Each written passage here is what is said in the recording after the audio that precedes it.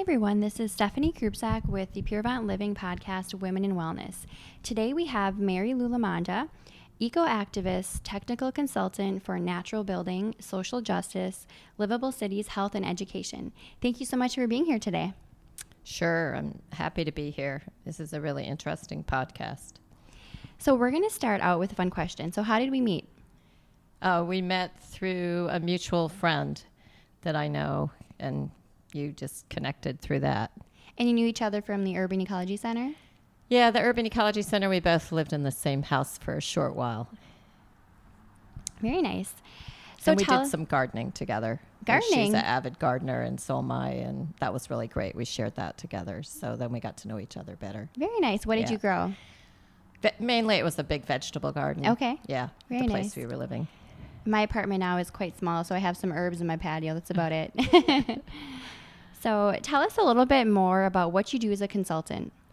Okay. Primarily at the moment, as far as my entrepreneurial paid work is, I do consulting to small businesses and not-for-profits, mainly in the area of technology, but anything to do with administration, whether it's accounting solutions, time management solutions, databases, customer relation management, social media, websites, anything to do with like running a small business or a small not-for-profit. That's pretty much what I do. And I've also helped a lot with developing human relations, performance appraisals, that sort of thing. Very nice. And have you always been in that realm, in the tech side? That's a really hard question. No, I've managed a school out in the Driftless area, a folk school that taught traditional crafts and traditional building and new building techniques. I've also worked with lots of small businesses in helping them put together business plans and marketing. And then I was a community developer for a while. I was in the restaurant business from the age of 16 to 28 as a full-time either waitress or chef. Very nice. So yeah, kind of a diverse background. Yeah, very great. I do some chef work as well. Oh, cool. So tell us a little bit more about your sustainability work in Nepal. I found that really interesting. Oh, Nepal. Well, I got invited from a mutual friend. Almost all my work overseas has always been someone I knew. And she was working on really trying to get rid of waste out of a large monastery. It's one of the larger monasteries in Kathmandu. It's a 600 monk monasteries from the age of 5 up through, 100. And they were really trying to reduce. It used to be whenever you go to a Buddhist monastery, they always have, especially Tibetan, they have these big ceremonies and hundreds of people come, and it's tradition to feed them. Well, in the last 20 years, pretty much starting in the late 80s through the 90s, the monks had changed the traditional food to all this wrapped plastic food, like Twinkies and junk food. Oh, wow. And to give out to people, and then throw away cups and that sort of thing. So she had already started working there and put together an eco team, and she asked me to come because I had been very much involved in reducing waste and doing waste consulting for some businesses and also compost projects.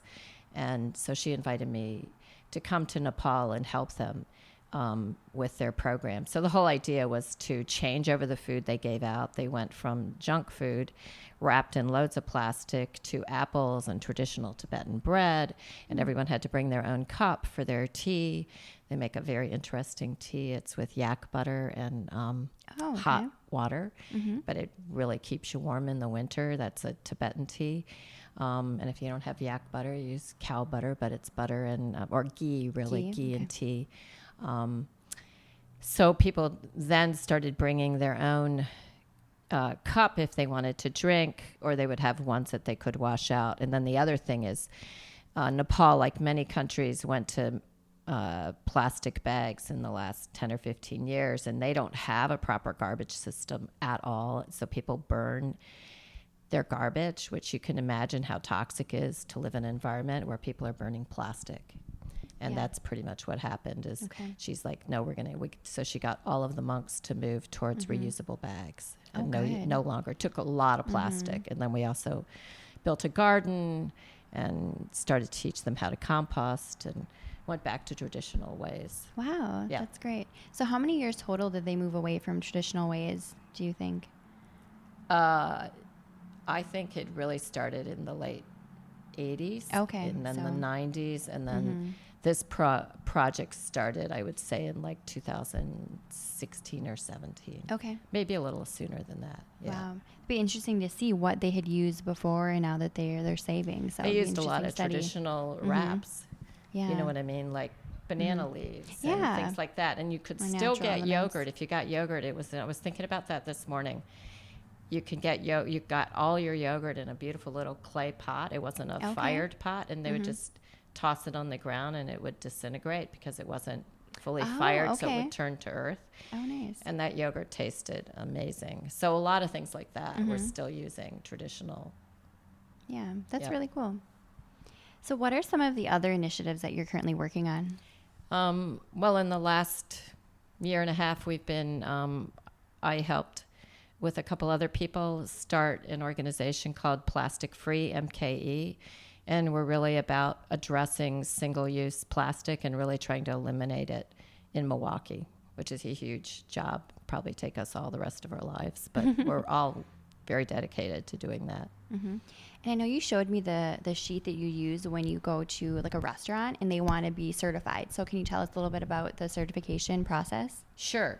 Normally we go in and we talk to people. We're not into shaming. We're really into going in and finding out what their practices are right now.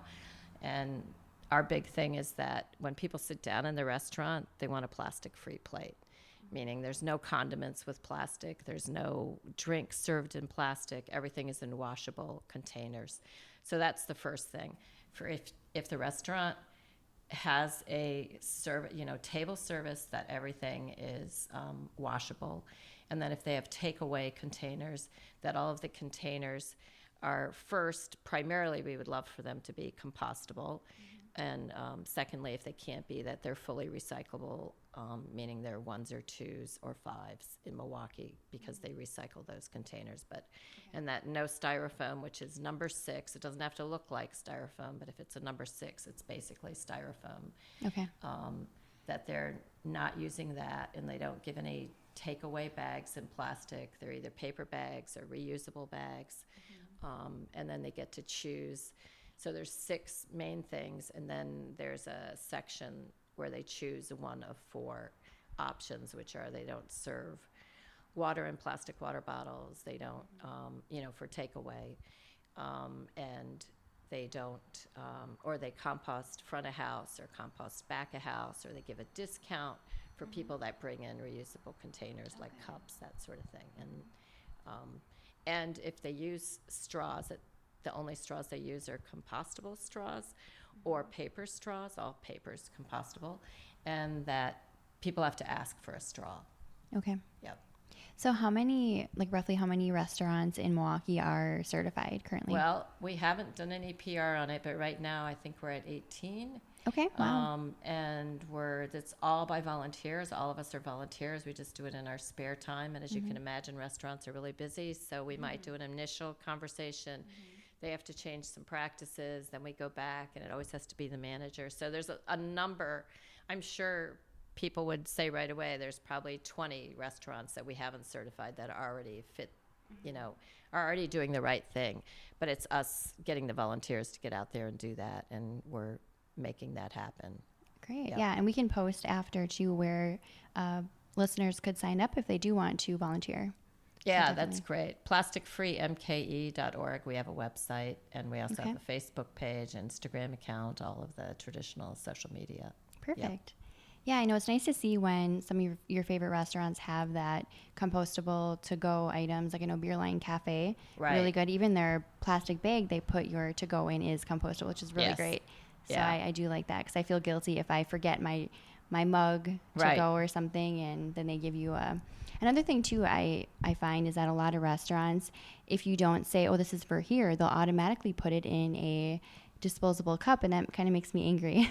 I agree. Yeah. Yeah, that's a big thing. And we really are trying to get, especially some big cafes in town, really get them to first ask, is it for here to go, and not automatically assume it's to go, because there's a couple of places, not naming names yet, that we walk into and you look around and there's 50 people in there and they're all sitting there with paper cups, and most of those paper cups are lined with plastic. And Exactly. And people think that it's paper, that it's, compostable or Right. recyclable, but it's not, Yeah. because it has that Yeah. lining. Some of their takeaway, like juice glasses or smoothie glasses, are compostable. But the other issue right now is no one is composting that stuff in Milwaukee. So we're still hoping that places really use, real containers.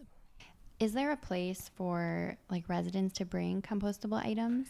Not yet. Okay. Yeah, there was, but we don't have a composter. We have a compost pickup company, Compost Crusaders, which is amazing, but we don't have a company that's actually composting this stuff on site, and that's a big project we're working on. Okay. In supporting Compost Crusaders to actually put in their own compost site. They're really looking for their own compost site where they can start composting all these compostable containers. So, yeah, and we're really hoping the city gets behind it too. So, and the DNC is really interested also in supporting that good. to That's happen, coming up because soon. they like to leave what they call infrastructure or legacy projects, meaning when the DNC leaves, they actually leave something positive in the community, besides just that they did business here, that they actually, helped with infrastructure. So we're hoping that that will be one of the things they really have an impact on, is actually being able to compost compostable containers. Definitely. And another thing for clarification, so I know that there's different type of facilities that do different type of, recycling. And if you flip over the bottom of like a glass or plastic container, it has a number on it. Do you want to talk a little bit more about The what numbers means? that are recyclable are 1s, 2s, and 5s. Okay. And then sometimes they say vegware, VEGEWARE, and that is compostable. Unfortunately, number 7s aren't recyclable, and vegware is considered number 7, but usually number 7 is just a toxic plastic. But vegware, unfortunately, it should be an 8, like for this eternity sign, because it's supposed to be a full loop product, meaning, it came from soil, it comes from vegetables, and it goes back to the earth, and actually can recreate soil. So we're hoping that eventually it will be full loop, and kind of an eternal product that can keep being composted, and we can keep using vegetable. And most of the vegetables used in making vegware are usually it's like sugar cane, the end bits from sugar cane. It's not the sugar, it's the shafts and that sort of thing. So it's made from products that normally just get composted. It's not like we're taking food product from the earth, which is great. Yeah. And I know certain plastics have like a combination of elements in it. So some could be more eco and some are not. And then if I'm correct here, there's only a certain number of times certain plastics can be reused before it just crumbles. Actually, no plastic right now is truly recycled. It's all what we call downcycled, which means it gets made into a lesser product. Like plastic bottles do not get remade into plastic bottles. They get made into another product that's less. And we recycle. Recycling is not the answer to our waste issue. We recycle now in America less than 9% of all recyclable products. That's very And low. in addition to that, most of those, they're not truly, recycle means you get to reuse it as that product. We're downcycling, meaning it becomes a lesser product, and usually most of our products in America that are recycled only get used one more time, and then they do end up in landfill. So plastic to us, for me, what I would say is it's sort of the gift wrap of the oil company for all the CO2. They're like gift wrapping so many things, because now they can no longer increase oil use because people are going electric and solar and that sort of thing. And traditional plastic is made from oil or fracked liquid gas. And we have more of it than we've ever had in this country, which in some ways is great that we're not dependent on a lot of overseas markets, but we're using it at a rate that's insane. And they're building plastic manufacturing companies. We have 24 right now in this country and we're going to have, their hope is that we have over 300 in the next 15 years. Wow. So the production of plastic, and we don't have the monitoring of plastic companies or even the regulations for their effluent. Now you get, I don't know if you know what a nurdle is. Mm-mm. A nurdle is when we asked that in one group, a guy said, "Oh, a nurdle is a group of young teens that are really geeked out." And I'm like, he goes, a bunch of nerds. And I'm like, that's a cool definition of nurdle. But a nurdle is the basics of all plastic products are made from nurdles. They're these tiny little, kind of the size of a pea, like a split A pellet? pea. Okay. Yeah, like a size of a split pea. And they don't even have effluent regulations on plastic industries. So we're now finding these tiny little nurdles. They're not even making it into products. They're making it straight into the water system because it's coming out of their effluent from plastic plants. So we're super concerned about not just the single-use plastics, but the fact that more and more plastics in your grocery store, especially down the aisle plastics, none of them are recyclable. So when people say, "Oh, I recycle," believe me, it's something like over 60% of all plastic now that we're buying in grocery stores is not even recyclable. So we're working on more than just cafes and restaurants. We're trying to go to the source of where all this stuff is showing up. Is there a site where listeners could go to see what can be recycled in Milwaukee, or practices? Like, I know some locations you have to, wash everything out and make sure there's no plastic bags with it, make sure it's not in a bag. Milwaukee has a great site.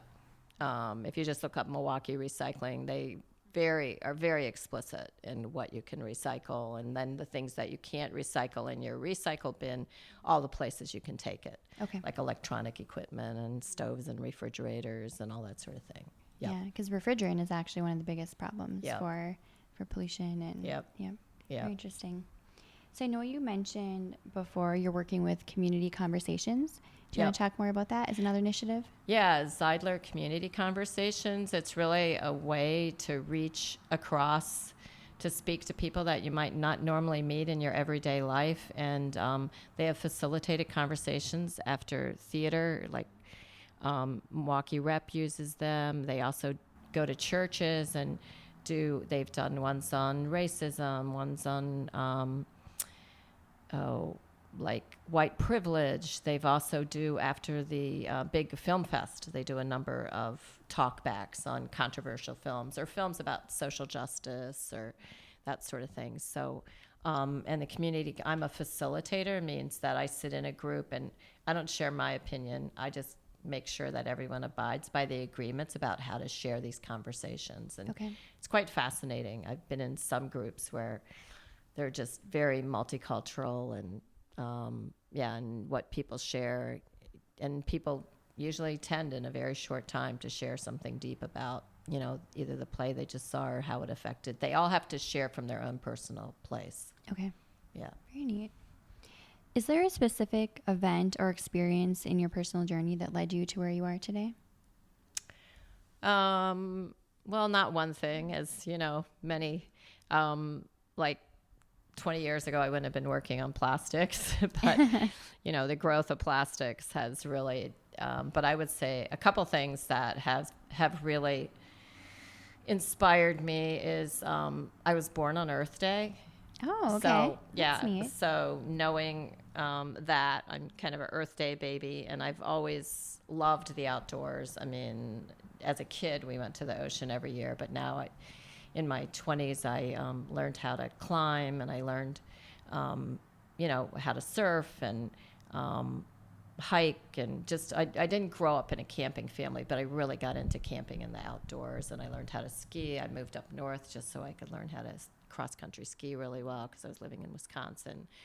And then I've picked up kayaking and just a lot of outdoor sports. And, when you're in those environments, you want to preserve them. You want to take care of them. I also worked for the International Union for the Conservation of Nature in Africa, and just I was in Zimbabwe when it was falling apart, and saw what could happen to a country that was amazing in its preservation and its rangers, and and how when a country starts to fall apart, how people start to destroy everything just to be able to survive.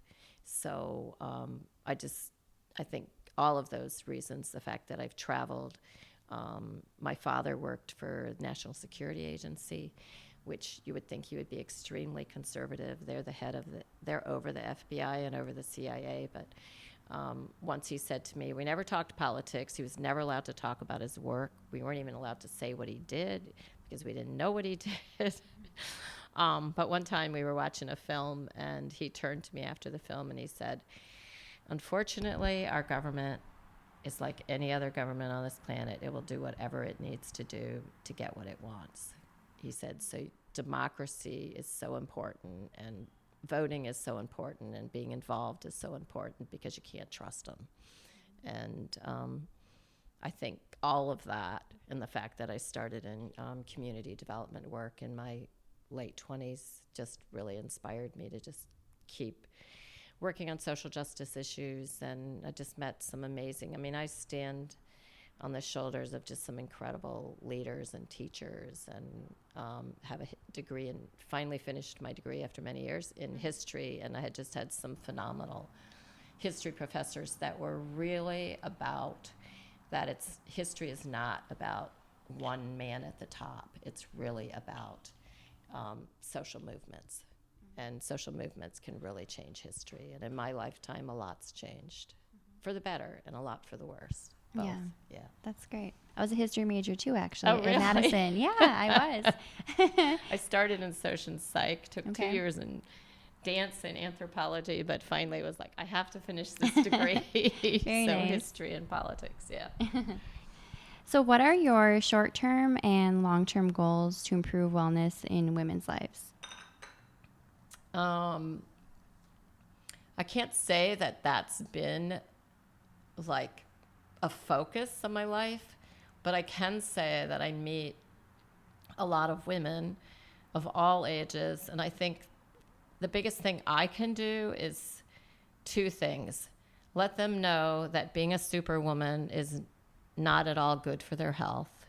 And when I say superwoman, what I mean is like I've done a lot of like being the only person that could do a certain thing in an organization, or being the head of an organization, and that is just total burnout, to be like the leader, where you're like always the person that's carrying the weight of the organization. And I really encourage women to find partnerships, constantly find partnerships. Even when we started Plastic Free MKE, I was like, I'm not doing this alone. I'm going to find 2 or 3 other people that are really dedicated, and I think that we've done that, and it's an amazing, even though we're not like an org, we're a movement, and you can point to 3 or 4 or 5 of us that are just like completely dedicated. No one person is carrying the load, you know what I mean, being the leader. And I just so believe in that. And women know how to work together. They really do. I've worked with some women doing some amazing stuff. And I've also worked with some fantastic men. I'm not like just women, but it seems like almost everything I'm involved with, there's a lot more women involved these days than there are men. And so that's a big thing. Don't be a superwoman. And the other thing I do is just really try and help women to follow their passions, like their dreams, like go for it, like take risks, really move towards what you believe, you're here for, or what like at the moment inspires you, like move towards that inspiration, and don't let people say no to you. Yeah. That's what I would say. Don't take no for an answer. I like that. Yeah.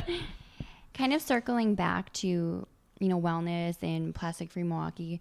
So I know that we had a discussion before about how plastic particles are in our food, things like that. Do you want to talk a little bit more about that, why that should be a big concern for all of us in the community and worldwide? Yeah. A lot of people think that we're doing plastic free to keep the plastic out of the lake. And I'm sorry, but it's in our beer, it's in our water, it's actually in our air. And they're saying that on average, Americans are swallowing a credit card worth of plastic a week. Wow. And now they know we don't know the health risks of a lot of plastics. I'm convinced that over time we're going to see more and more, but they know in animals and fish that it's it's not just being ingested, it's actually ending up in their lungs too. Okay. Or their gills, not their lungs, but and it's, actually breaking through the blood barrier because of the tiny microplastics. So I'm convinced that some of our like serious allergies and gut issues and all that sort of thing, that eventually we're going to find that some of it is totally related to plastic toxins and that sort of thing. Because when it breaks down, it releases all kinds of toxin. Yeah. So I mean, I even encourage friends of mine, if they can live without constantly feeding their kids from plastic water bottles. People say, well, they're BPA-free. Well, there's a lot of BPs. C's and BPS's and all these BPs that they haven't even done the testing. Okay. And 10 years from now or 5 years from now, they'll say, oh, and you shouldn't have this BP and you shouldn't have, there's just so much toxins in plastic. So if you're direct ingesting, don't have it in plastic. They know that water in water bottles has more plastic in it than the water that comes out of our sink. It's just, I'm hoping someday people realize that the plastic in plastic water bottles is no safer. And a lot of times it's a lot less safe than like Milwaukee water. Yeah. Yeah. So I also really encourage friends, like, don't have so many plastic toys with your kids. There's so many toys that you can get that aren't made of plastic. Yeah, made of wood. Wood, fabric, all kinds of, so metal. I mean, there's just a lot of things that can be used.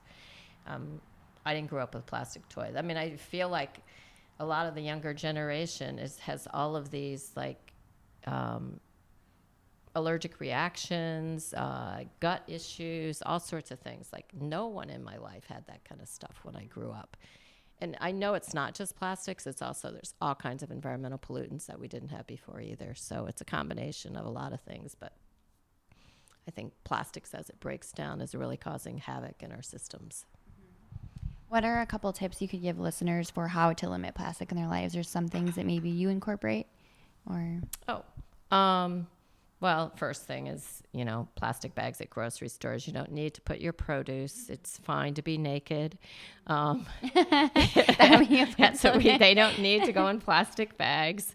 They've made it all the way to the grocery shelf without doing that. Most people rinse their vegetables and their fruit and that sort of thing.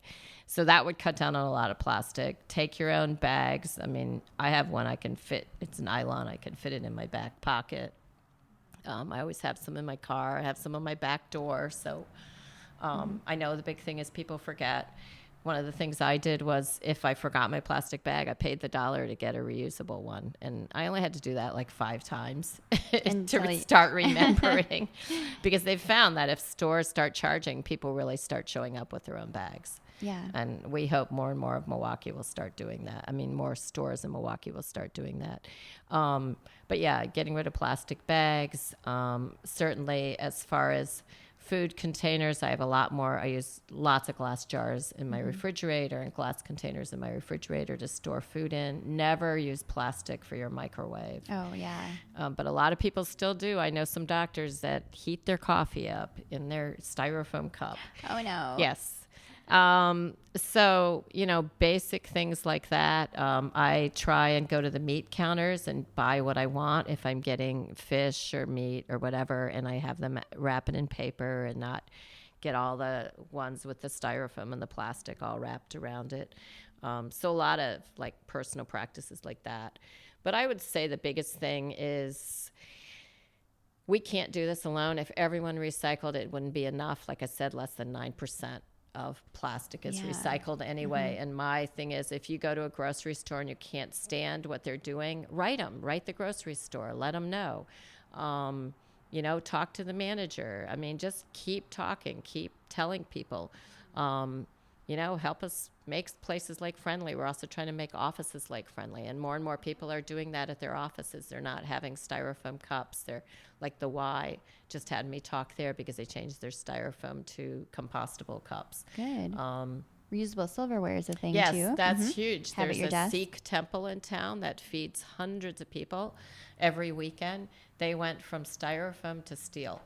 Oh, wow. So they Okay. do all steel plates and steel utensils, and they serve over 300. I mean, imagine even the savings in no Yeah, time at that's a all, lot. besides the fact the trash and taking all that out. And, you know, most places of worship have plenty of community volunteers that can help wash the dishes. I mean, that's what we all used to do. It's part of community. Yeah. Yeah.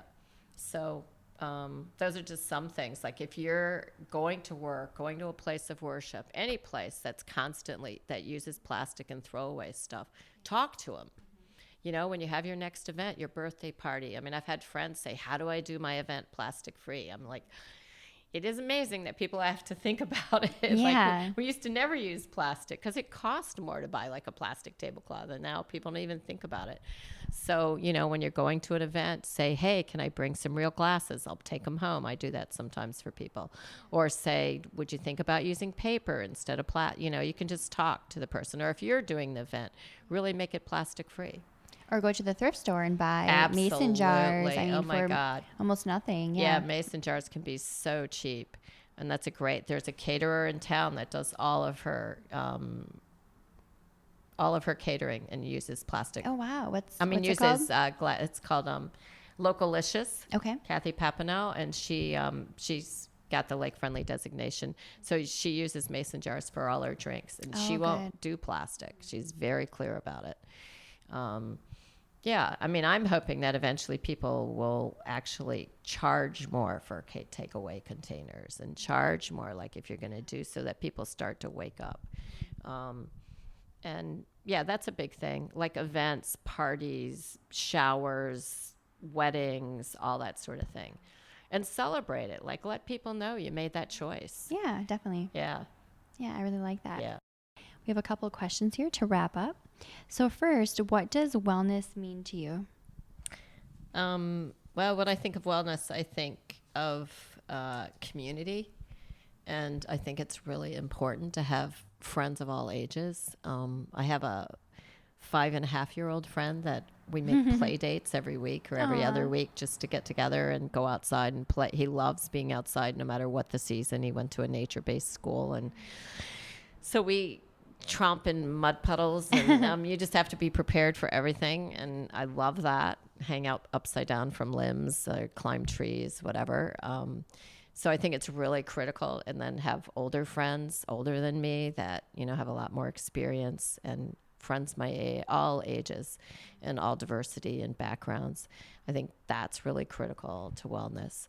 Get out of your comfort zone, even just travel to a different part of the city, if that you haven't been to. And if you can get out of the city altogether, do it. Get out, you know, go take a walk in a new place, go hike, do something you've never done before, learn how to kayak, learn how to climb a tree, walk on a high place, whatever. I think that's all part of wellness. I also think when you walk through a grocery store, shop in the perimeter. Don't go down the aisles. That's where most of the processed food is. Great tip. Shop the veggies, usually the fresh food. Don't buy stuff you can't pronounce the names, or your grandmother would have never, or maybe your great grandmother would have never used. Yeah. So that's like just as far as food. I'm a bit of an omnivore, but I really try, and if I do eat meat, really make sure it's sourced from, local, if at all possible, and free range, humanely. That's really important to me.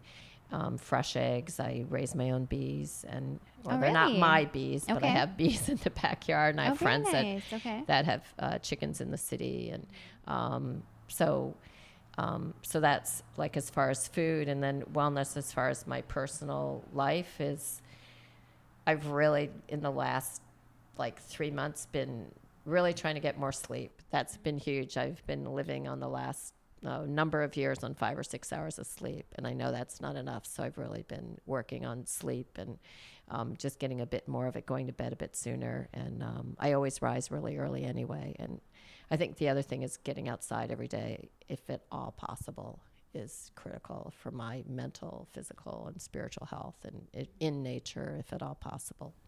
That's great. I know you kind of touched upon this already, but is there one wellness ritual in particular that you do daily or weekly that you think listeners should incorporate into their lives, or you'd recommend? Well, I think everyone needs to find some kind of practice that feeds their soul and their heart and their body. I mean, I do yoga. I love yoga. I've left it and I've come back, and I mean, I'm never great about any habits, but it's something that stayed in my life for probably, I don't know, a long time. I've had a yoga practice, and I at least try and do a couple poses a day, even if I don't get my 20 minutes in. And then the other thing is, I think, for me, wellness is to eat well, to not eat junk, and to move. Literally, I love to dance. So if I can't find somewhere outside to, somewhere in the community to dance, I try and dance at home a couple times a month and join community dances. So, but everyone has their own way of what they love. Some people love going to the gym, do that, do something. I'm a climber, so I'll go to the climbing gym, and in the summer okay. I kayak and sail, and something outside is just very incredibly nourishing for me. I know you talked about your sailing kayak. I need to try that. So Yeah. I've only done standard kayaking, or sea kayaking. So what is your personal mantra or theme song that gets you in a good state of mind or kind of redirects you back to that mindset?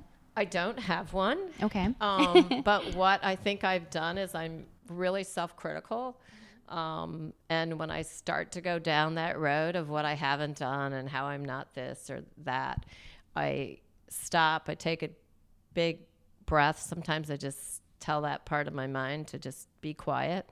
And then I really think about what would I say to a friend that was going through the same struggle? Like, how would I talk to them? And then I do more of that. To be kind to yourself. Yeah, exactly. To be kind. Yeah, not listen to the part that's like, you're this, you haven't done that, whatever.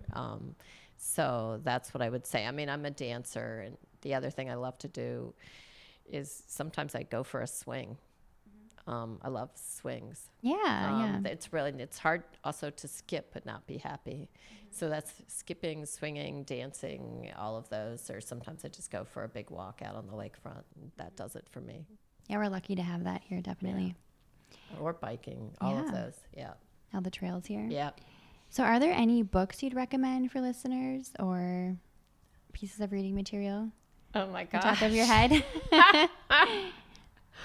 I know we talked about Drawdown. That's interesting about, environmental issues. The most powerful book I've read in the last 3 months, and I read novels, but usually they're historical novels, and I really like them. But I do too. Yeah. But I would say the most powerful book I've read is called Uninhabitable Earth, and it's written by David Wallace Wells. He's a New York Times deputy editor, not New York Times, New Yorker deputy editor. And I've listened to it twice or 1.5 times, and then I bought the book because I wanted to start marking it up. And I never read books more than once, but it's probably the best book on climate change I've read. Okay. And a lot of what the reason I do the plastics work is really all about climate change. And there's so many ways to do that. You could work on public transport. You can work on getting people on their bikes instead of their cars all the time, that sort of thing. But I chose plastic because it's just such an apparent object to me of the oil industry. But I would say that is probably the most powerful book I've read in the last 3 months. Great. Yeah. So how can listeners reach you if they want to, contact you or maybe get involved with Plastic Free MKE? Well, Plastic Free MKE, the best thing is we actually, a big thing about our organization is we're a movement. We're not an organization. We're just a coalition of lots of people and some groups. And River Keepers actually just hired a full-time volunteer coordinator. So if you're interested in working with Plastic Free MKE, the best thing would be to just write info@plasticfreemke.org. Okay. And then the first Monday of every month, we have a meeting at the Urban Ecology Center at Riverside. You can come to that, find out what we're up to, get involved. And that's from 5:30 till 7. Check out our Facebook page. And we have a website, plasticfreemke.org, Okay. for our website. So those are the ways I would say would be immediate. If you want to get involved with, yeah. And if you want to personally connect with me, you could send an email to Mary Lou L at plasticfreemke.org. Okay, great. Yep. Well, thank you so much for your time today. This has been great. Yeah, a lot of interesting information for listeners. And yeah, I hope you had fun listening along. So everybody have a great day, and thank you again. Thank you. You did a great job. When I look into your eyes,